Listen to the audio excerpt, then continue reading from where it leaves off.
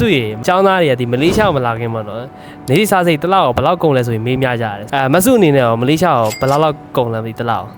ပုံမှန်ပေါ့နော်အမအနေနဲ့ကတော့နေစိတ်စားစိတ်ကကြတော့အမကနည်းနည်း budget safe အထဲပါတဲ့အတွက်ကြောင့်မလို့လေ15သိန်း30ပေါ့အဲ့လောက်ဝင်းကျင်ကုန်နေပေါ့နော်ဘာလို့လဲဆိုတော့အမကနေစိတ်ကကြတော့950 medium room ကိုဆိုတော့9သိန်းခွဲလောက်ပေါ့နော်အဲ့လောက်သွားတယ်ပြီးတော့စားတာပါညာကကြတော့အမကဒီအပြင်မှာဝယ်မစားဘူးလုံးဝတစ်လလုံးအပြင်မှာဝယ်မစားဘူးဆိုလို့ရှိရင်တော့3-4သိန်းအဲ့လောက်ပဲဘာလို့လဲဆိုတော့ econ safe တို့ဘာလို့အမဝယ်တာကြတော့ grocery ကအရန်တန်နေကွာ